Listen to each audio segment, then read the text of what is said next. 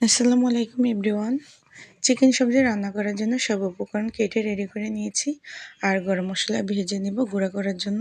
বাদাম ভেজে নিয়েছি, ব্লেন্ড করব। আর এখানে আদা, রসুন, পেঁয়াজ, কাঁচামরিচ কুচি করে রেডি করে নিয়েছি, ব্লেন্ড করে। সতেজ মশলা দিয়ে আমি চিকেন সবজি রান্না করব। তো চিকেনে সামান্য লবণ মেখে আমি ফ্রাই করে নিচ্ছি। মৃদু আছে গোল্ডেন আকার করে ভেজে নিয়েছি। তো এখানে গরম মশলা ভেজে নেওয়ার পর পেঁয়াজ কুচি ভেজে নিয়েছি।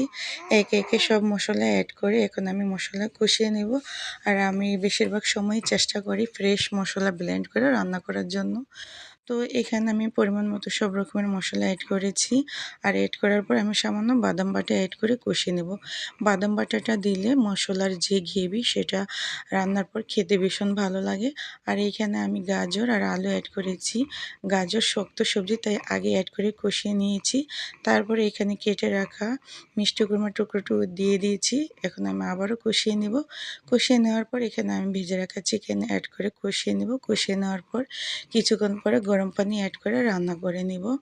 তো চিকেন পরে দেওয়ার কারণ আগে সবজির সাথে দিলে চিকেন গলে যাবে, তাই আমি পরে অ্যাড করেছি। তো পরিমাণ মতো পানি দিয়ে এখন আমি রান্না করে নেব। আর এখানে দিয়ে দেব কিউব করে কেটে রাখা টমেটো, গরম মশলা আর কয়েক টুকরা কাঁচামরিচ, আস্ত কাঁচামরিচ দেব।